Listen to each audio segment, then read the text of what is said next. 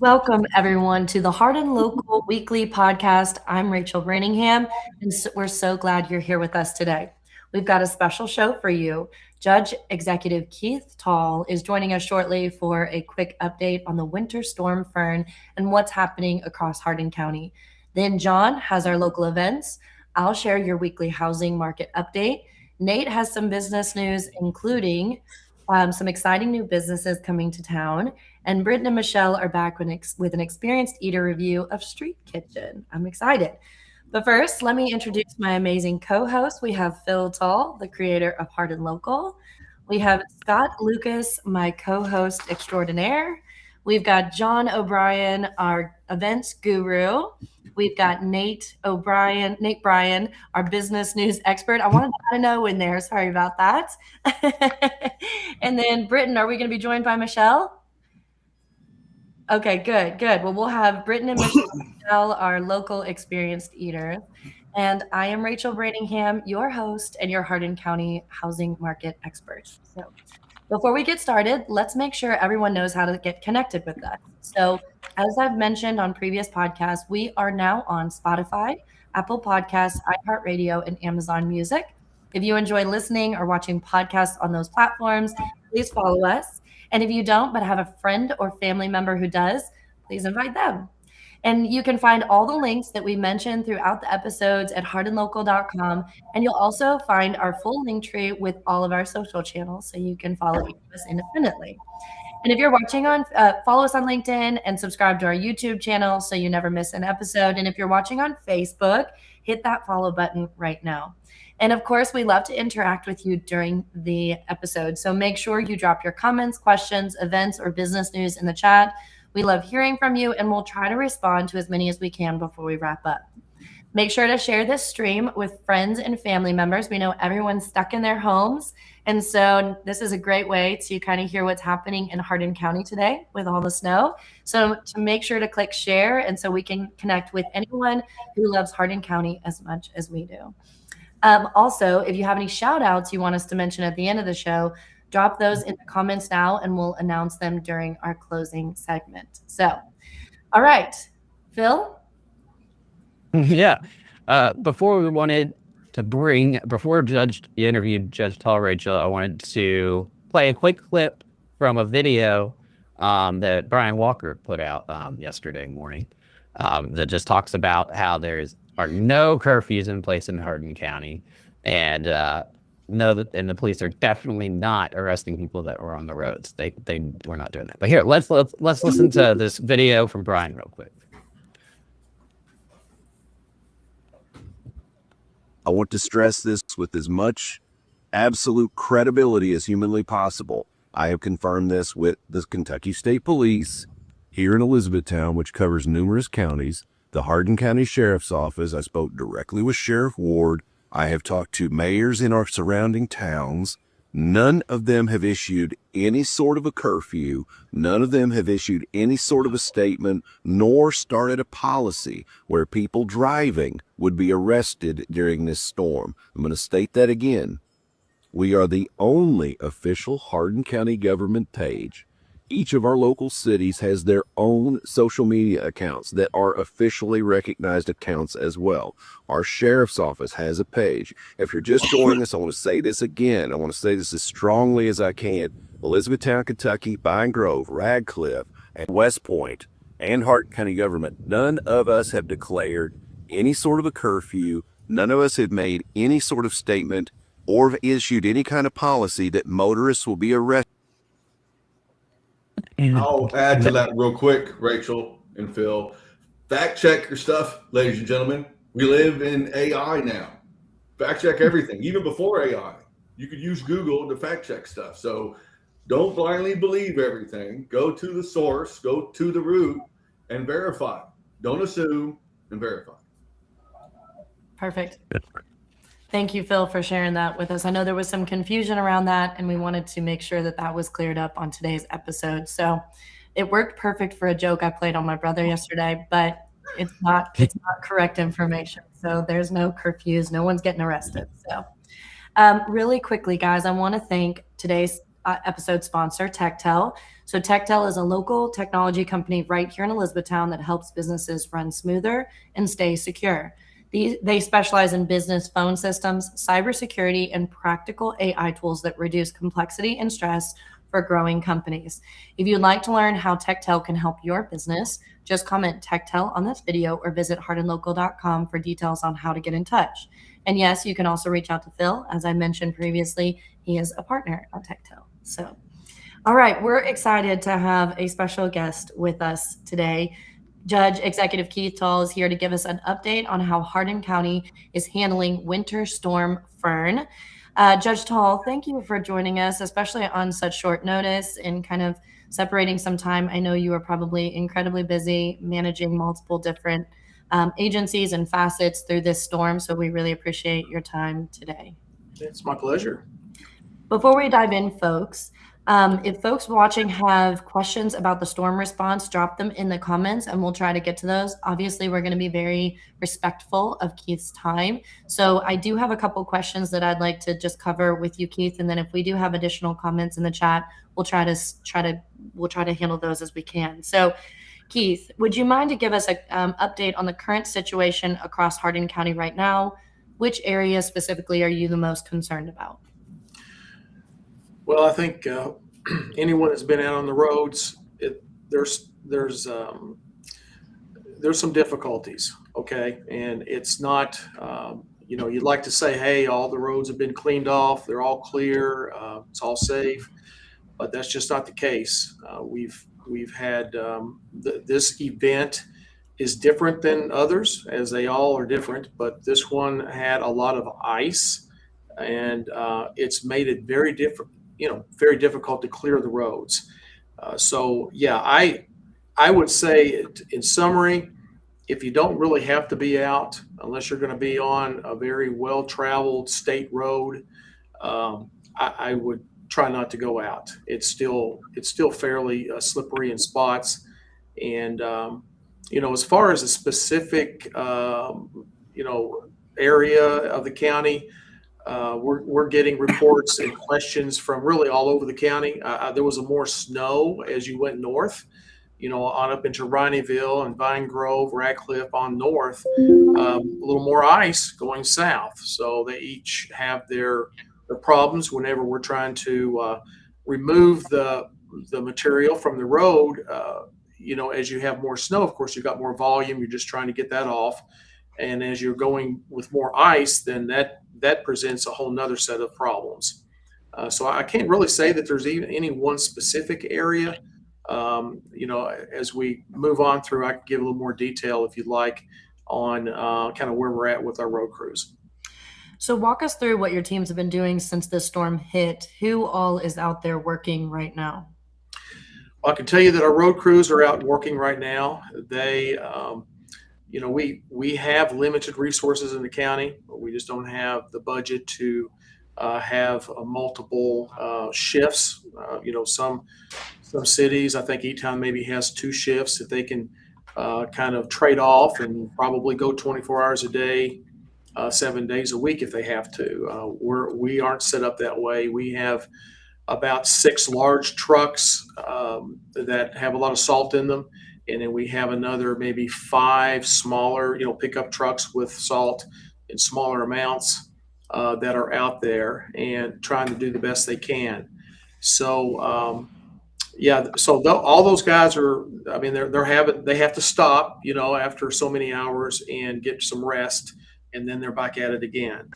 So that's one group. Of course, we have all the other first responders that are in the middle of it too. We staff accordingly. We had a couple extra ambulances in the southern western part of the county. We tried to staff with an extra person on each of those ambulances during the event, and even afterwards. It's really just today, just a few hours ago, that we started backing off of some. We didn't have an abundance of runs. Probably about average. There was a percentage of them that were weather related. The rest of them were just the typical things that happen, and in our county. So I think we were well prepared. We had, we have had the typical 9 full-time ambulances that were out there with an extra person in a lot of those. And then we had a couple of others that were out there. Of course, our sheriff's department, police, sheriff deputies are all out. We have our volunteer fire departments that have been integral in any trees down and any other help that they provide. They're amazing people, and they're all part of this whole thing. So Joey Scott, he's our director of emergency management, and he has a deputy, Richard, that the two of them are all we have as far as emergency management, but they do a fantastic job. A lot of planning, they've spent most of their time, like I said, Joey Scott, Richard DeWitt, in the Emergency Operations Center, EOC, and with other individuals that have been coming in and try to help answer phones and try to steer people in the right direction, give them some good information. So I guess that kind of covers it. Yeah.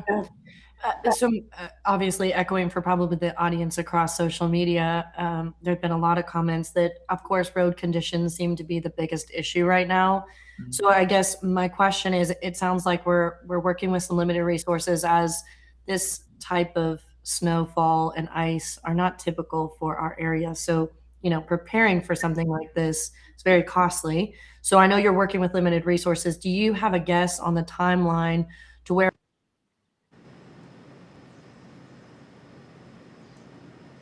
Uh-oh. I can't hear you, Phil. No, I'll pick up. Yeah. Do you have a timeline of when do you plan on maybe all roads being okay, or what standard that you have? Right. Yeah. I mean, like I said, we've got all of our trucks are out and continuing to work on the roads. It's been especially difficult on this particular event with the ice. It seems that, you go out there and look at chunks whenever you're plowing through, and you look at that's coming up off the road. There's some significant chunks of ice that are like an inch thick. Mm-hmm. And it's like we're having some fun today, aren't we? I know there's been internet issues. My other job, with Techtel, we've had lots of customers with internet issues today. Welcome to Snowmageddon. I'm going to get everybody back. There we go. Right. There we are. Okay. So I'll continue. So one of the issues that we don't usually have is whenever we're scraping these roads, that scraper, it's kicking those out. It's just so much pressure, and it hits a big chunk of ice, and they've had to make adjustments, bring them back in, adjust them, try to do the best that they can. And it's really, really slowed things down for the county.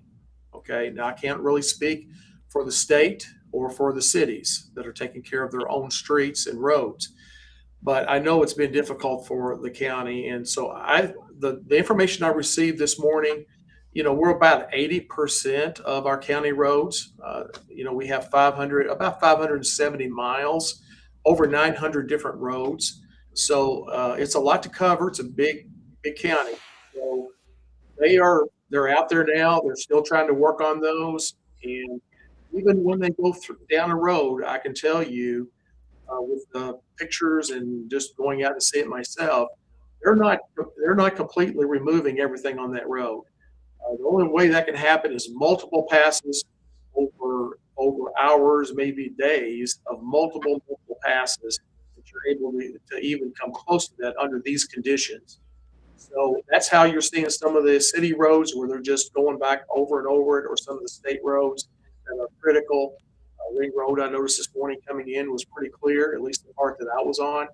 They were just over that multiple times. In the county, we just can't do it. We just don't have the resources to do that. So we try to remove volume. We try to do our best.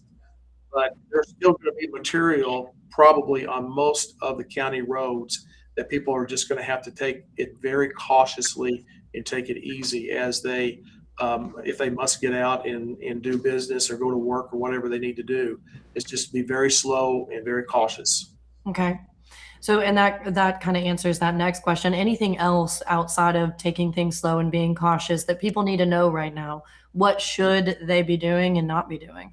Yeah, it really is just a prioritization. I mean, it depends on every individual. You know, some people haven't been able to even get out of their driveway, or, you know, I've know some people that are at apartment complexes, and, you know, the people that are hired to maintain those, that's not the responsibility of the city or the county. We've got our own issues to deal with, but, you know, they call us sometimes and say, why is this not cleared? Why is my apartment complex? It's like, you need to call your manager there and get whoever it is supposed to be there to clear it. They need to clear it. And, but some people are having trouble just getting out at all.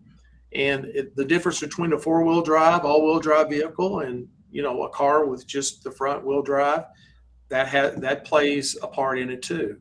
And so it's, and whether I've got to be at work, you know, if my work was called off, then it's probably better to try to stay home if you don't have to be out.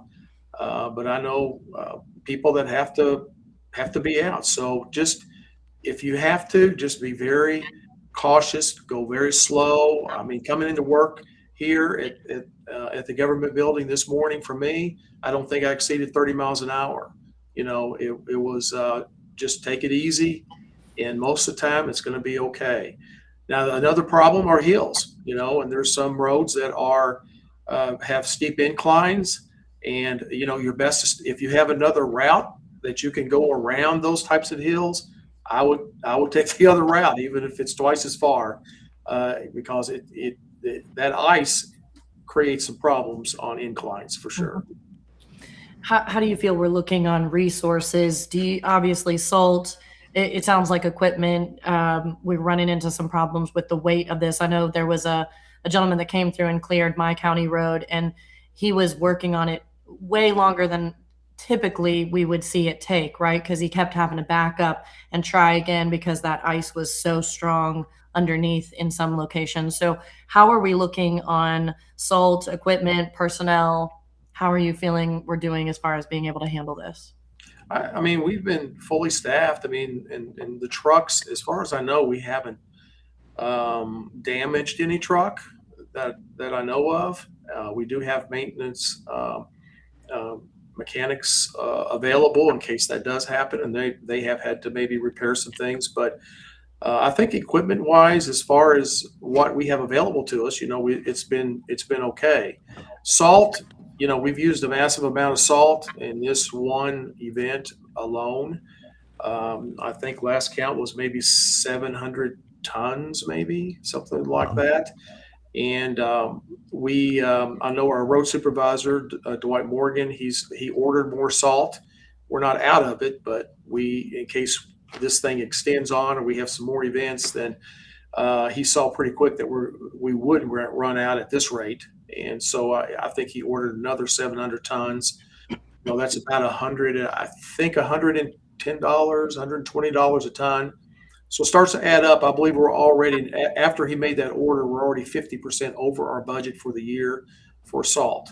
So yeah, I mean, it's not cheap. I mean, but we've got to do it, and we're just doing the best we can with those resources. And I'm confident we'll have enough salt as we continue to order. And I think we even started getting some of that salt by our vendor has already started to come in. So Okay. I think we're good. Okay. And of course, closures that people need to be aware of. I'm assuming, as I've seen across the community, tons and tons of closures, right? Any that we need to specifically be aware of as so far as like county buildings or specific roads that are going to be closed? Yeah, I mean, there's, I was just looking over here. I was pretty sure there were only 2 closed roads that are county roads. And that's Miller Road and Upper Colesburg Road. those are if you guys have ever traveled they're kind of dangerous even without snow and ice. So those are two. Stovall Road still has a road closed signs, and that's due to work that's being done. It's not really associated so much with Fern. Okay. But those are only ones I'm aware of that people have to be careful about. I'm not sure about state roads or any of the city roads. Okay. If this thing extends into tomorrow or ends up getting worse, what's the plan? We just take it day by day. Once we understand. Give me a second. Sorry, guys. The internet is playing with us a little bit. And we also have over 100 viewers on Facebook, which I think's causing some issues. Are you there? Can you hear me? Oh, let me get him back. I can hear you. Okay, perfect. Oh, We really appreciate everybody tuning in. That's great. we definitely do. That's a good question. I almost had him back. There it is. Here we go. I disappeared. I don't know what happened. You're back. So the question was, what happens if this thing extends into tomorrow or ends up getting worse? I know that there's some concerns around an additional snowfall that might impact us further. Is there a plan in place? I'm assuming ordering of the additional salt is part of that plan. That was part of it. Just as far as materials go, we'll stay on top of maintaining our trucks and vehicles. We were very fortunate. Out of all of the ambulances that were out there, we only had one incident where an ambulance kind of slid off to the side of the road and couldn't. But we remedied that very quickly and got that ambulance back on the road. No damage. So all of those are available, and we're ready to go. We can call people in and staff back up again if we need to. Like I said, Joey Scott, he's monitoring the weather, everything. And if we would probably have another meeting like we did for this one with everybody involved at our EOC if we need to. So we're ready to respond, and I hope we don't have another event here. We need to get this melted off first if at all possible. But I think the temperatures are still low and very cold, so it's going to. We do have some sunshine out today, even though it's clouding up now. But I'm hoping that has helped the roads a little bit today too. Yeah. Hey, Phil. So Yes. I know we've got some questions that have come in. Yeah, we have a few. I'm going to pick, we're not going to be able to get to all of them, but Yeah. I think that this one's a good one from George. Plows can often struggle with ice removal. What are plans for that, aside from plows with ice? I guess that's just a difficult thing because salt doesn't even work at a certain temperature, does it? No, I mean, my understanding, it can do some. It can help some all the way down to about 10 degrees. There are, I think, other types of materials out there that's a lot more expensive that can take it on down, to even lower temperatures. But there's several things that factor into it. If we have sunshine like we had this morning, that helps with the salt and will help melt some. But a lot of our county, not a lot, but there's a percentage of our county roads that have some canopy over them, so even whenever the sun is shining, it doesn't shine on those road surfaces. So those are all play into that. So really, we are doing everything that we can right now. To answer that question, they're still out there. They're still scraping the roads. They're still applying salt, and that's all we have. That's all we have available to us. Yeah. Okay. And then I have a question. Chris Poles just posted. You may not know the answer to this. This may be a road department question. Does the county use calcium chloride or sodium chloride? There's a 30-degree spread in effectiveness, which I don't know if you know the answer to that. Yeah, I've heard that. I think that our salt is salt, just salt. I don't think it has anything additional added to it. But we would have to find out for sure on that. But I'm not aware of it anyway. Okay. And here's a nice comment from Jose Torres, Hardin County, safe, doing a great job. I follow them on Facebook. They had at 18 hours, so I called Judge Taul's office. No answer, which is great because his staff was home safe. I think that I know this guy, and he may be using a translating thing because it doesn't. I should have probably read it all the way through, but he's basically just saying thanks to everybody and all the hard work they're putting in, and looking forward to hopefully extending those in the future. Well, I appreciate that, and I think people should know that, and hopefully you do, that we're doing everything that we possibly can to make the roads as safe as we can, to make sure our first responders are all available. I didn't mention 911. These are amazing folks that are answering that phone, in addition to our EOC, which is non-emergency. So 911, no matter what the weather, they got to be there, and they're answering those phones 24/7. So I can guarantee you that we have that staffed up, and you're not having to stay on the phone waiting for somebody to answer or not get an answer, God forbid. Yeah. Yes.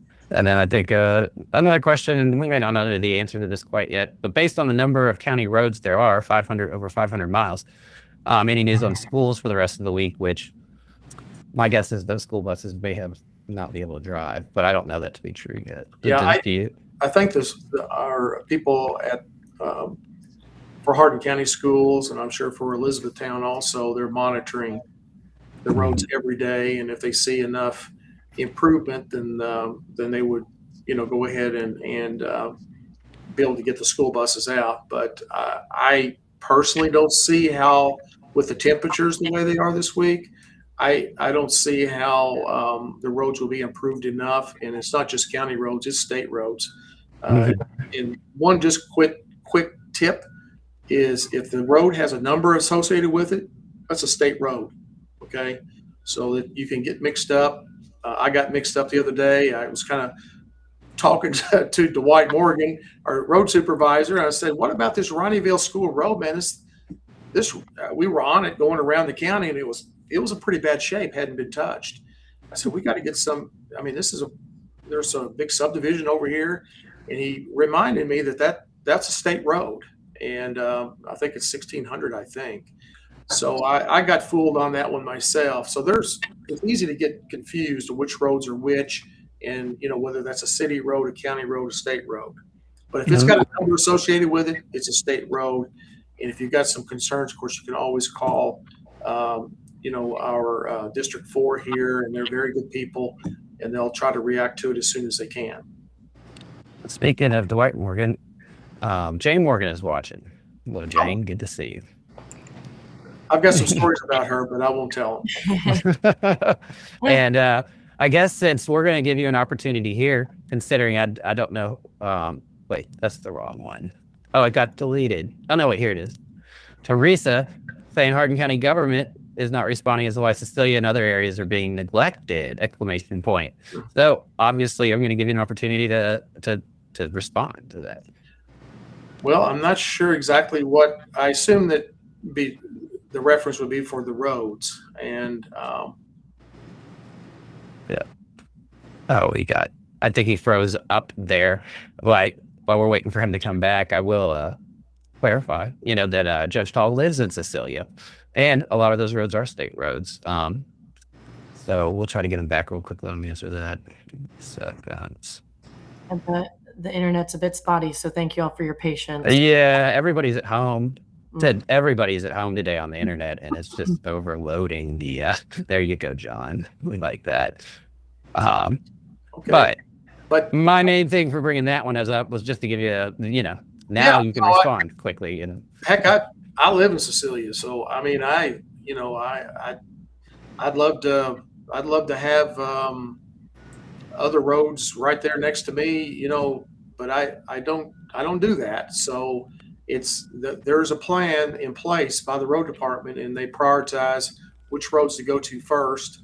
If it's a through road, for instance, and it's got more traffic, got big subdivision on it, whatever that may be, the amount of traffic and such, then they'll prioritize that, so they'll try to get to those first. But if there's some specific roads in Cecilia area, for instance, They may just not have gotten to it yet, or they may have tried to scrape it. And I know my driveway, I got about a half a mile driveway, and the ice is so thick on that thing, my truck will not even.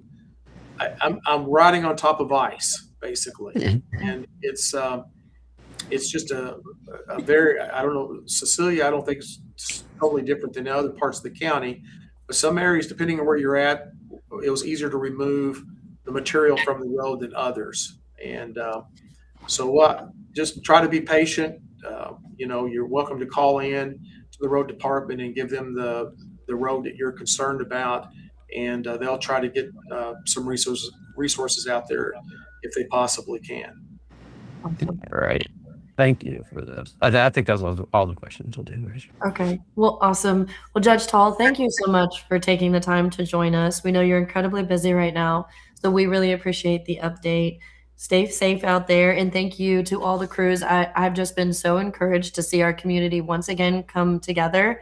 I've seen so many people out doing what they can in their own little neighborhoods to clear and help with elderly driveways. And I know I spoke to Big Josh, and his whole team's been out helping. Like, I love living in Hardin County because it's not, I feel like there's a lot of pressure on you guys, obviously, to get out and get these roads open back up. But I love to see everybody doing what they can to support each other during this time. So we really appreciate you joining us, though, today. Any final things you wanted to end with? No, I will, I guess, just kind of amplify what you're saying there a little bit on how people are working together, just being out in the county and seeing neighbors helping each other. You see farmers out with, a grater blade on the back of their tractor and doing not just their area, but helping their neighbors. We got some reports of some EMTs at an ambulance that went beyond the call of duty on a particular run that was just impressive. We just have people calling their neighbors, calling some elderly people that maybe are, they can't get out, especially when it's this slick outside, and checking on them. I agree with you, Rachel. I mean, it is an impressive place to live. I love Hardin County. And those are just some of the reasons when we have an emergency like this, some big storm that creates all these difficulties, people help each other. And it's not just Hardin County government, it's all the residents helping each other and reaching out to each other. So I'm very encouraged, and I can guarantee you we'll do everything we can to get things back to the way it should be, and as soon as possible. Thank you.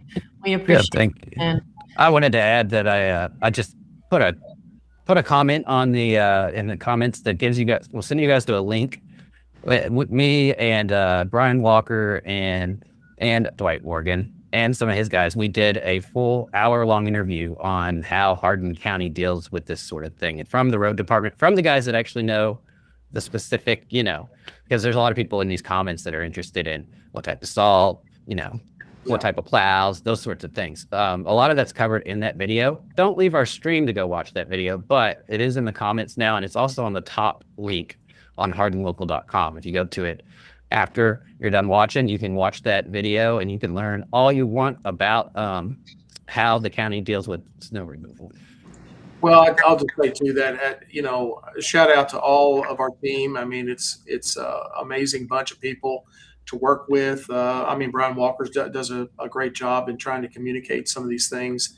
And I just can't say enough about all of them. And I agree with you. Our jailer, Josh Lindblom's out there, and they're doing their share with some of the inmates that are available to help. And to it's just, again, I can't say enough about our team and this whole county. So I'm very encouraged, and thanks for having me on today. It does help to get the message out a little bit more and try to answer a few of the questions. Well, thank you very much, Keith. Appreciate you as always. All right, feel free to jump off and get back to it. So, all right, I will do that. Thank you. You'll have a great day. All right, guys, what an awesome interview with Judge Executive Keith Taul. We really appreciate his time. I'm For time's sake, I am going to jump past the icebreaker question and move straight into events. We wanted to give him enough time to answer some questions. I know our audience had further, so we'll try to direct those his way and maybe even respond with some additional information from him later. But Jon, I want to jump straight into events. Assuming the weather cooperates, obviously, I'm sure everything is tentative that you are going to be telling us about. And as Judge Executive Keith Taul had mentioned, we kind of want to encourage people not to get out on the roads unless they have to. So all of the events you're going to be sharing with us are probably tentatively scheduled for the week, to be determined, I would assume. So definitely. And also, again, for your safety and everybody's safety, make sure that it's safe for you to get out and do these events if you can. If you can't, guess what? It'll happen again. Nothing's a one-time thing. Especially Mahjong downtown E-Town. Apparently, it's taking over multiple bars downtown. We have Mahjong 101 at the Straight and Narrow tonight, 6 to 9 p.m. First lesson, you can sign up on their event page. So go on Facebook. They have an event page. Go on Instagram. They'll have a link on there as well. So if you've never played Mahjong, which I've never have, check it out. Also, tomorrow we have a dedication for the Elvin E. Smith Junior Library and Gallery at the Hardin County History Museum.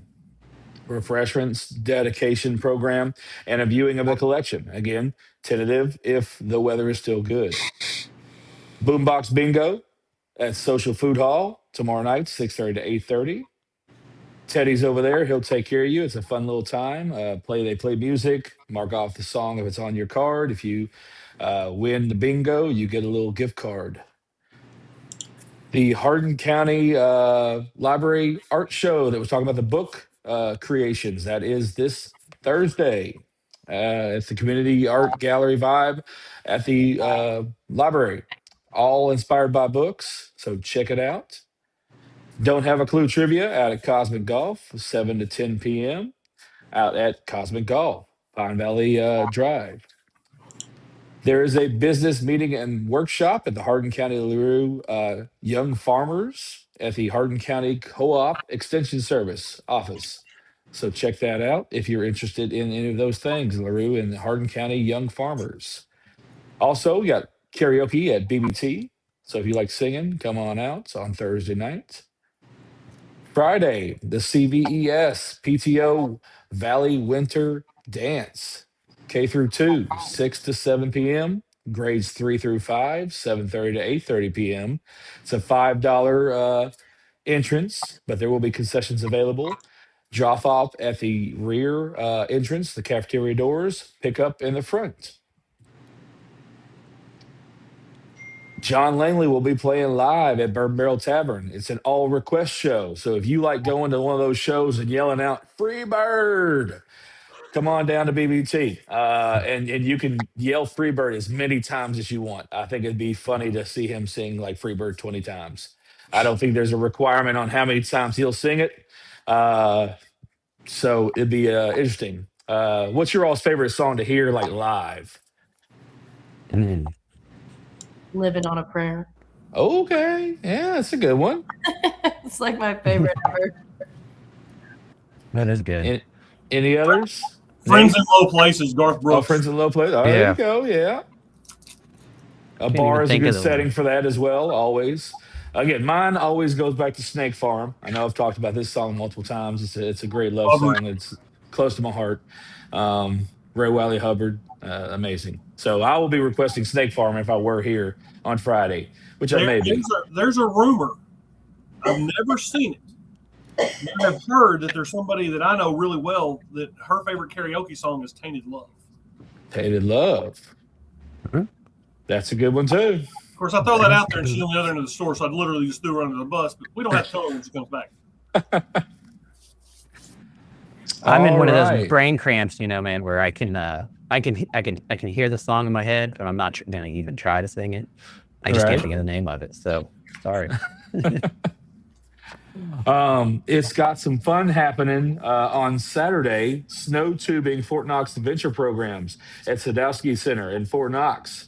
You can register to go tubing That sounds like a real fun time. I always remember doing that on the golf course here in E-Town, on the par 3 golf course. We'd go out there. You'd have to sneak in because they didn't really allow you to do it, but you could go do that, and it was a fun time.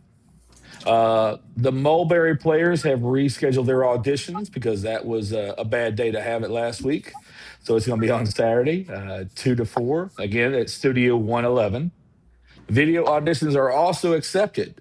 Email list is on the post. So if you go on Facebook to the event post for that, you can email or video your audition and email it in. You can do a Valentine door hanger paint party at the Outrageous Adventures with Rita from 5:30 to 8:30, $35 to make a little door hanger that's nice and lovey-dovey.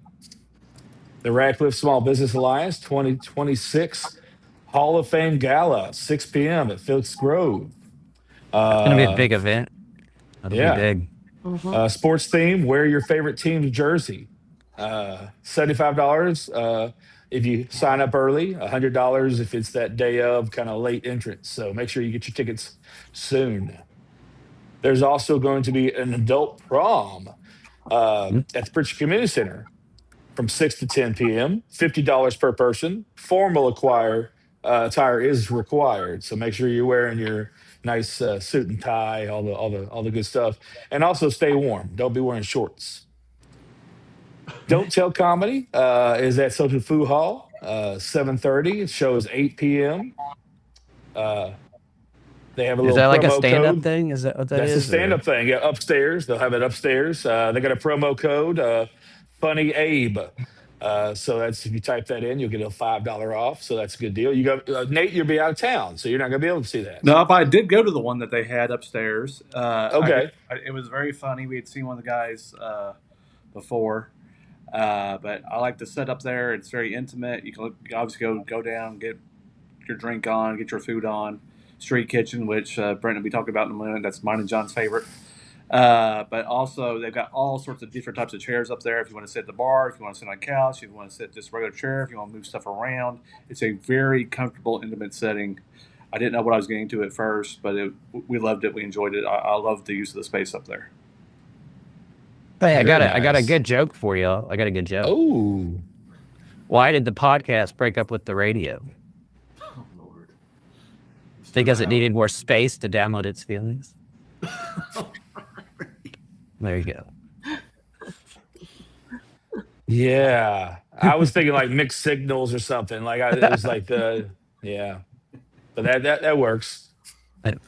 Anyhow. Are you going to headline this comedy event? No. No. Okay. No. I just figured I'd give it a plug with one lame joke.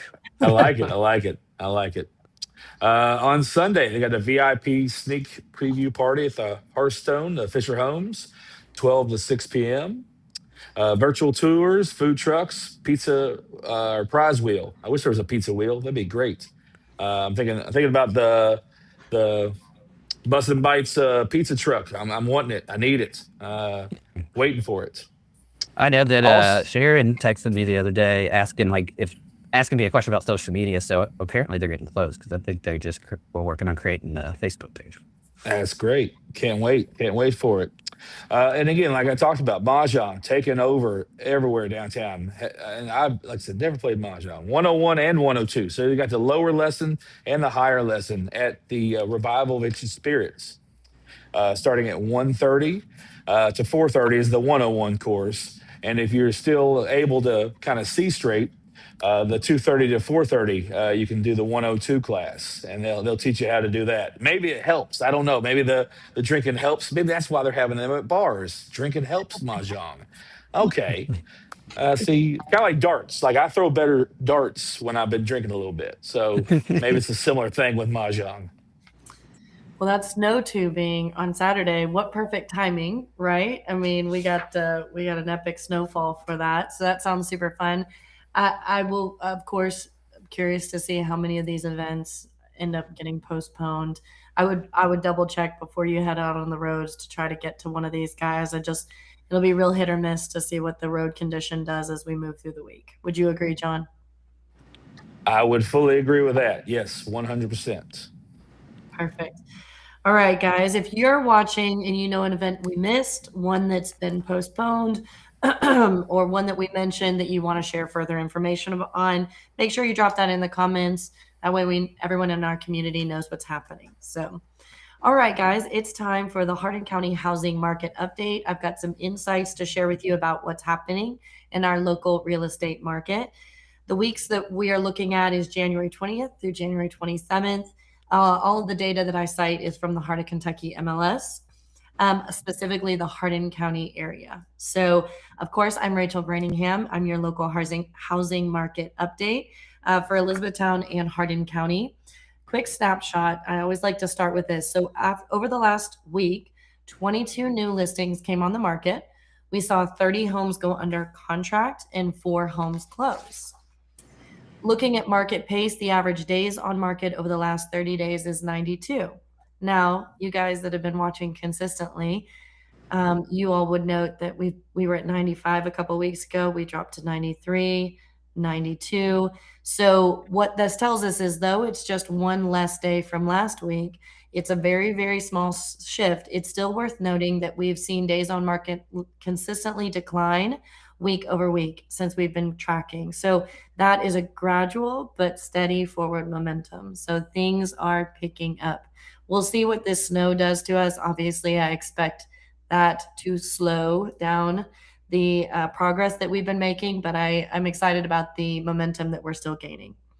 From an inventory standpoint, there are currently 378 active homes on the market, and we've seen 44 homes sell in the last 30 days.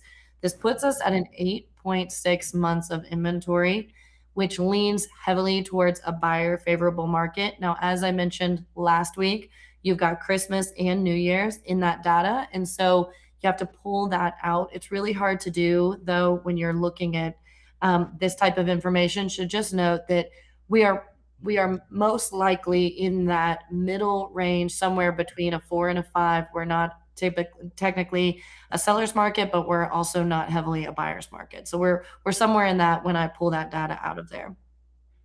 When it comes to pricing over the last 30 days, the average list price was $346,191, while the average sold price came in at $303,301.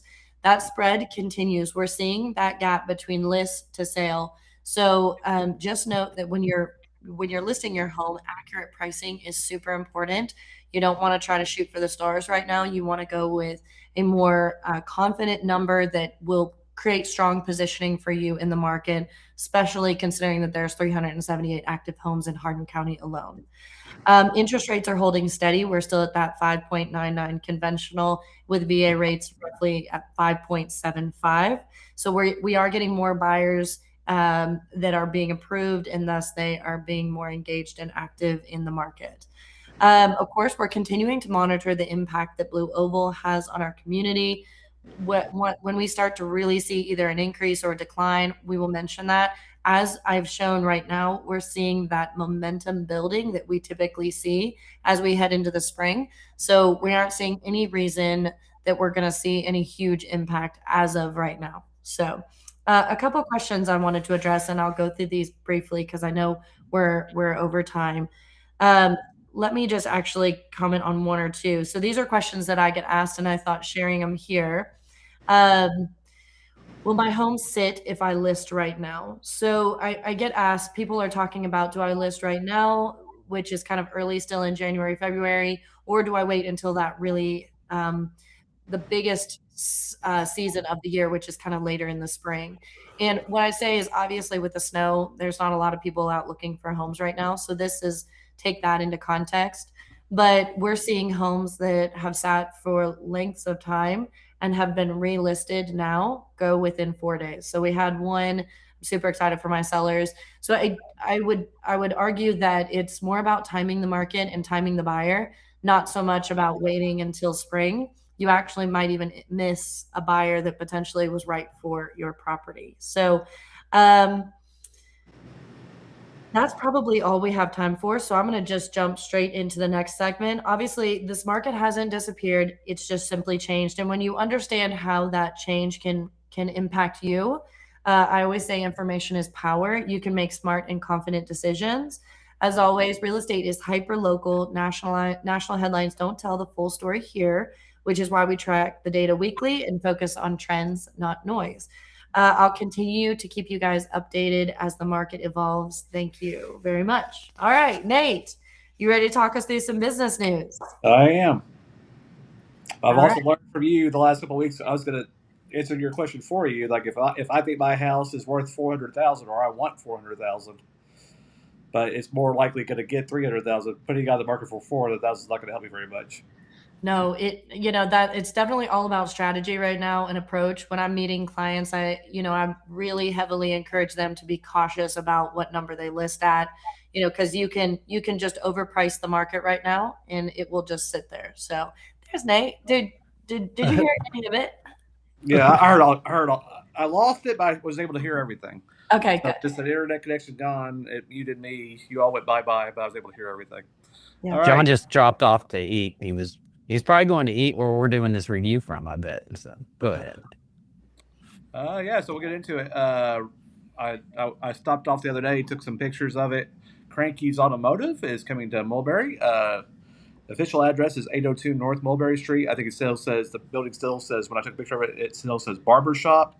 You can actually see the old E-Town baseball water tower in the background, which is coming down, and the new water tower, the new white one that's going up. It's actually right across the street from Gaddy's Pizza, Mr. Gaddy's, however you want to call it.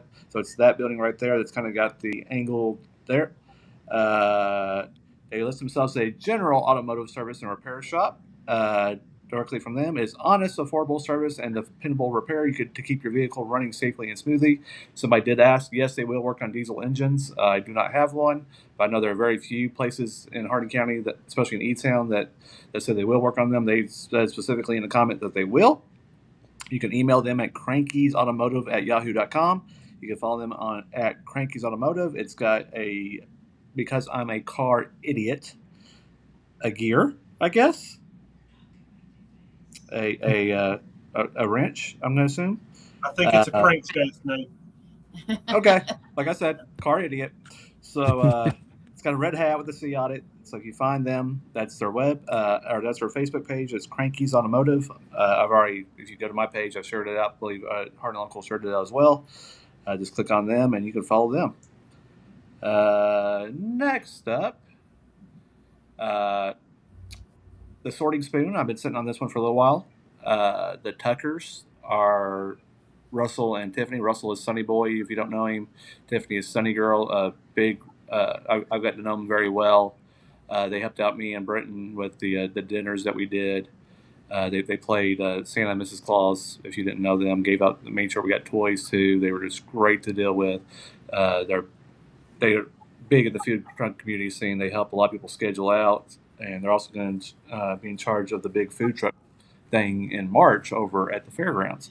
Well, they are launching food truck number 3. It is called the Sorting Spoon.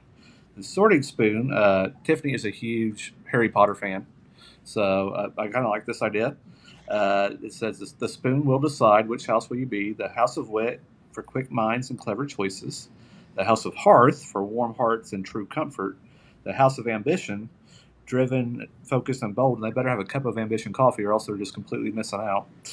And House of Valor, brave hearts, steady strength. And because I'm a foodie too, I did not know what I called it a dia or dilla. So what's a dilla? They're like, Nate, quesadilla? Oh, that makes sense because I'm a food idiot. They said one bite you'll know where you belong. They're going to have a Phoenix burger and a buffalo chicken dia for the House of Valor. The House of Ambition will have sliders and a white heat dia. The House of Wit will have a crunch burger and a zesty chicken dia. And the House of Hearth will have espresso cocoa burger. I do like my chocolate. And a barbecue twist dia. I do like my barbecue. So I think I'm House of Hearth already. The signature drink will be Butter Brew Bliss. I've had the Butter Brew at Universal. I do love it. I am a cold one. I haven't had a hot one yet. But I also like the sides of golden hash browns. I love me some hash browns. Magic dusted corn, slaw of secrets, and cheese sizzle. And then they're also going to have a sweet finish with color-changing spoons. I do not know when it's going to debut. I'm sure they're going to have it out there, but I love this. I mean, I know we're big fans of all food trucks. Bust and Bites is a huge friend of the show. I've been to several other food trucks, Dooster's when they're out there. So I love eating on the food truck scene. I think it continues to get better and better. Best and Bites has the Best in Pizza coming up. So I think that the Sorting Spoon is going to do great, and I will support them. And sticking with food, because apparently it's lunchtime, Little Charlie's Pizza was named the #1 pizza in Kentucky by viral food reviewer Luke Foods. He has over 1 million followers on TikTok. He did 14 pizza places so far in Kentucky, and he rated Little Charlie's 9.4 out of 10. And I think our friends over at Jailhouse Pizza in Meade County, they were up in the top 10 as well. So Little Charlie's. That's impressive. Yeah, we got two little places. I mean, I consider Meade County local. I mean, I think a lot of us do. Growing up in the sports scene, as Brenton knows, we always called it Hardin, LaRue, Meade as the tri-area. People have been to, I think a lot of people from Hardin County have been over to Brandenburg and Jailhouse Pizza and the River and the ice cream shops and Buttermilk Falls. So it's great to have two places and locally named up there. So I think it's a good thing for us to remember when a place like Little Charlie's has somebody that manages it that has so much passion, like Ezekiel does. I think that plays a big role into why they got that top ranking. Oh yeah, he's always coming up with stuff. He's always changing stuff around. It's not just single slice floppy New York style pizza, as Brenton pointed out. He said they've got really good subs. Brenton, if you can hear me, but just got to echo that. It's more than just the single slice pizza over there. Oh, absolutely. I mean, I think it's in any food place, when you have the owners and the management are really bought in. They're in the store daily. They do quality control. They do the promotion. I think everybody would know that Zeke is the face of Little Charlie's with his social media. I mean, that's just a good product, and you see that along the way. And I'm thrilled that they were recognized, and got that shout out. It's always interesting to see in the next couple of months what kind of pickup in business they'll get, because Luke Foods came there and highly rated them. We spoke with there was a restaurant that we actually did a review with. It was one of the first ones that we did. Karas's Market in Southville, Shelby County. And they said that after Luke came and did a review of their burger, that their weekend business went through the roof. They got to where they went from, they were using 80 pounds of burger a week to where now they were using 80 pounds on just Saturdays. And so, I mean, that's always exciting to see a small business, especially if they've struggled, or even in this economy, if they're doing well in this economy, to get that kind of push in publicity.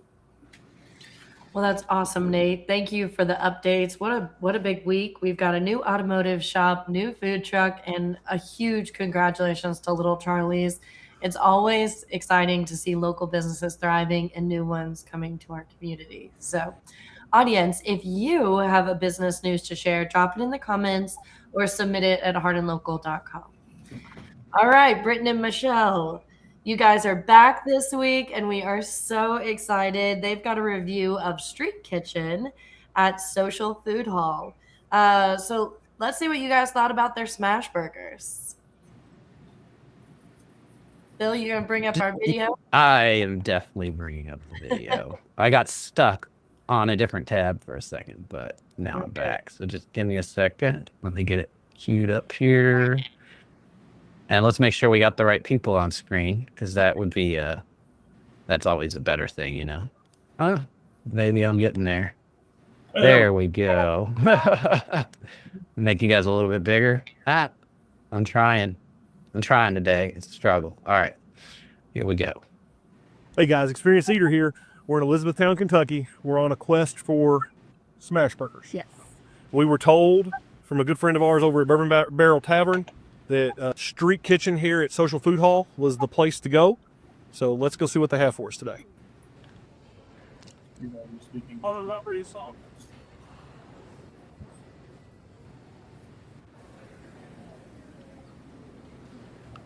That looks good. It was really good. I mean, I was surprised. I did a build your own there. Michelle did a all up in your business. All right. This is a Jalap in your business. Jalapeno business. Jalapeno business burger with some whipped cream cheese and cheddar. Yes. And So what I think is neat here is that they have a little cold bar up there that's got, I don't know, maybe 15 different types of ketchup and sauces. So I went and added some Chipotle spicy mayo.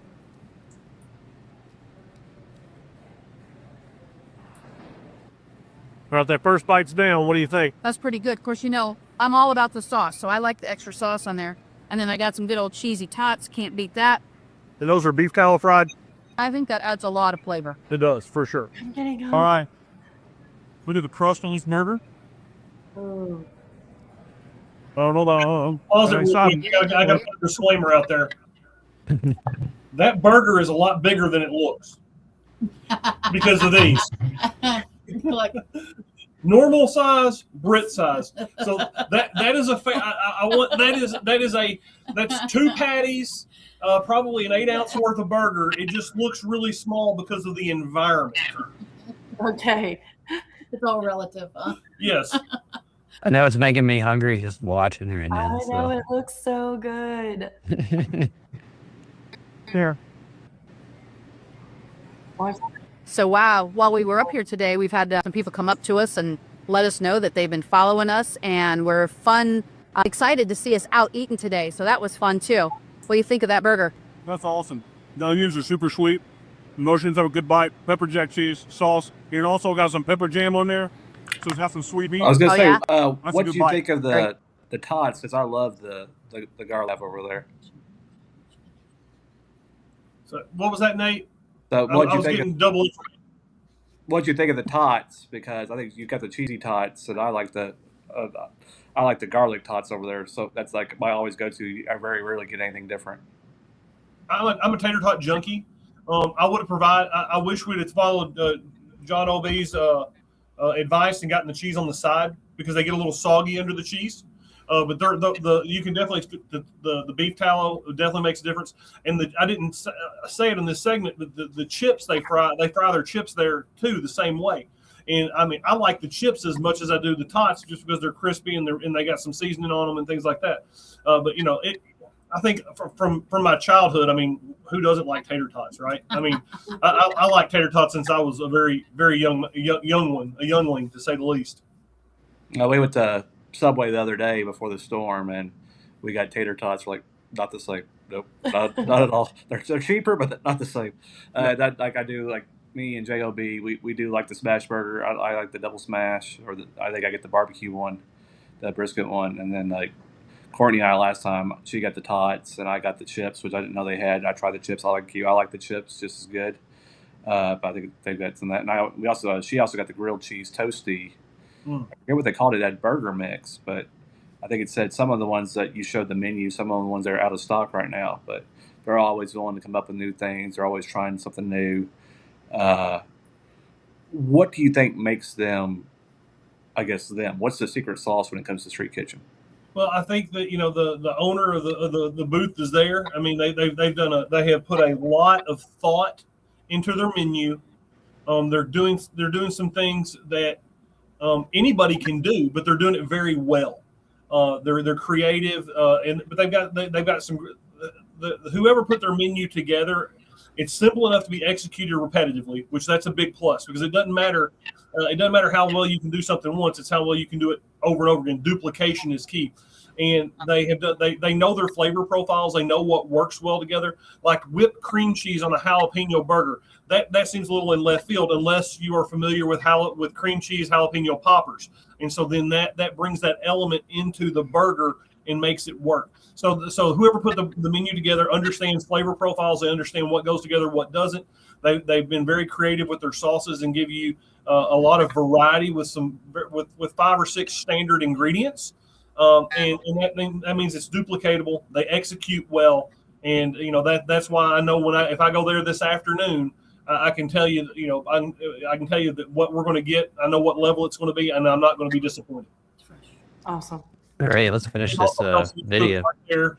right in front of you, fresh to order. It's not like it's sitting there and they're putting the patties together, throwing some cheese on it, and putting it together. They're doing it by the plate, It hasn't sat there for 2 hours waiting for you to order it. They do it fresh. All right, let's see how this video ends. All right, guys, we just finished up at Street Kitchen at Social Food Hall. And let me tell you something. We got some sunshine today, which I'm thankful for. But man, it's cold because we are in the midst of winter. But we went in today. I had a build your own smash burger. Mama had the jalapeno business smash burger, and mine had, you'll see on the video, or you should have seen, that it had grilled mushrooms, grilled onions. There's street sauce, which is kind of like a spicy fry sauce.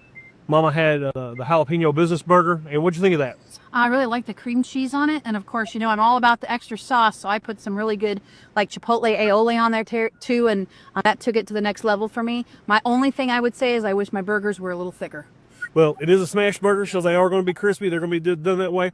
I really liked my burger. I really like the beef tallow chips and fries and tater tots. And this is an experience you got to eat. We'll see y'all.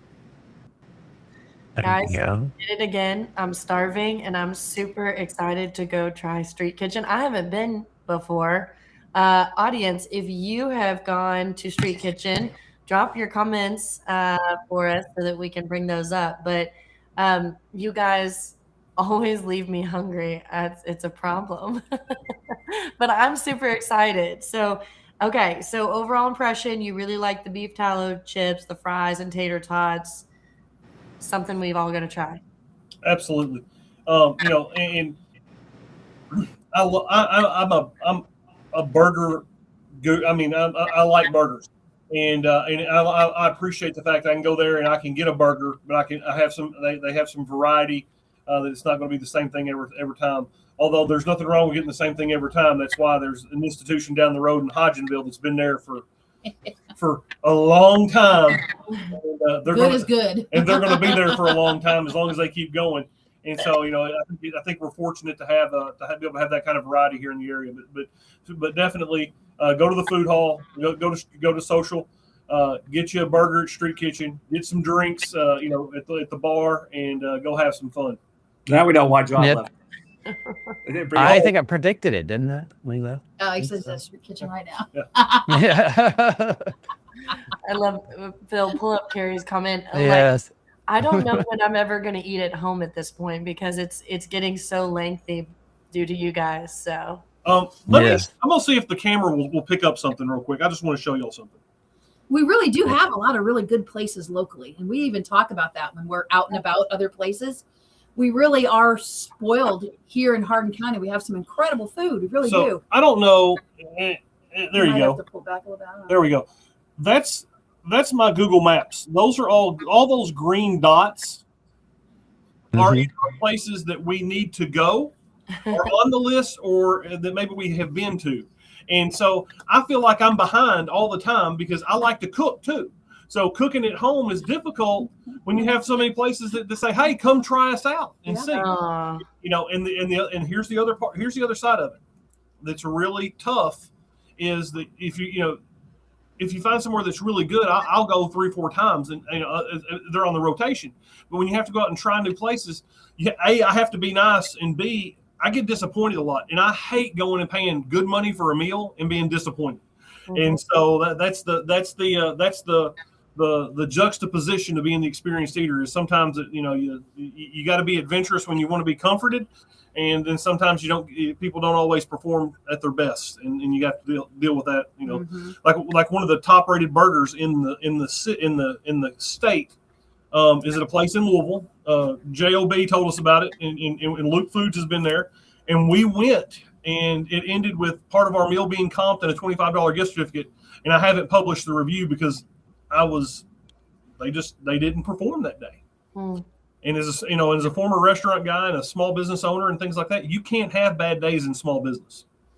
Well, I appreciate you suffering for me and just telling me all the right places to go. So it's a hard job. Thank you. Now my list of restaurants, Carrie, we'll have to go hit up a couple of these together. So I think your won't stand up. All right, guys. Well, before we wrap up, I know we've run long. We really appreciated Keith Taul for joining us, Judge Executive. So before we wrap up, any comments that we missed? I know Phil's been doing a great job monitoring those and bringing them up on the screen.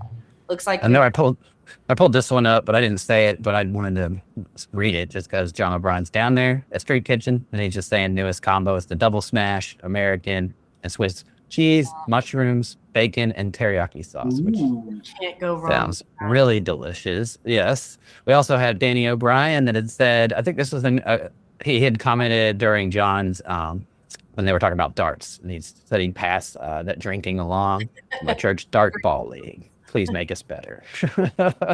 Also, Danny O'Brien had said, and I don't know if we mentioned this, but Elvin Smith dedication changed to February 4th due to weather. That was supposed to be tomorrow. That was at the Hardin County History Museum, I believe. But yeah, moving it to February 4th is a smarter move because it's still aren't great. I think so. Allison commented, I drive from Lebanon, Kentucky to E-Town for work. What would you say I guess she means Bluegrass Parkway is like?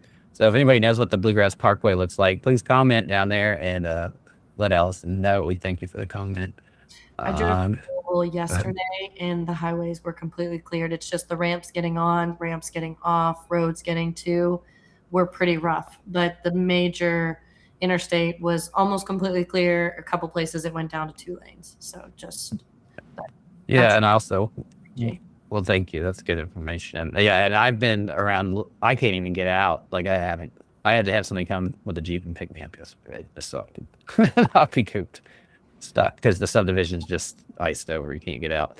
But I also want to remind everybody that I put a link on hardinlocal.com, the top link. It is a video interview that I did with the Hardin County Road Department last month. They talk all about their methodology behind snow removal. They've done this for a long time. They have a system in place. It's just cold and it's ice, and sometimes, there is no real easy solution. But if you want to learn more, go to hardinlocal.com. It's the top link. You can watch that video, and you can learn exactly how Hardin County deals with the roads. And then we had, I think that's pretty much, there's other comments here, but guys, we've gone long, and we thank you for those comments. Normally I can get through them all, but today we're just not going to have time to. Yeah. Any personal shout outs, guys, before we sign off? I did want to wish Leanne Perkins, who I know watches the show, happy birthday. I did see that it was her birthday today on Facebook. Awesome. So happy birthday. Awesome. All right. Well, everyone, here's how you can stay connected with Hardin Local. Of course, go to hardinlocal.com for all our links and resources. Spotify, Apple Podcasts, Amazon Music, and our iHeartRadio. We're available there on all of those.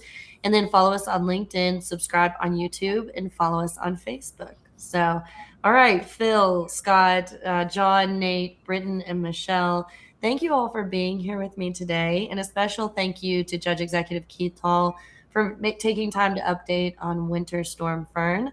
What a fun episode. And to everyone watching, thank you for being part of the Hardin Local community. We're so grateful you spent time with us today. We'll see you next Tuesday, same time, same place. Until then, support local, stay connected, be safe, use caution, take care of one another, and enjoy all the amazing things happening right here in Hardin County.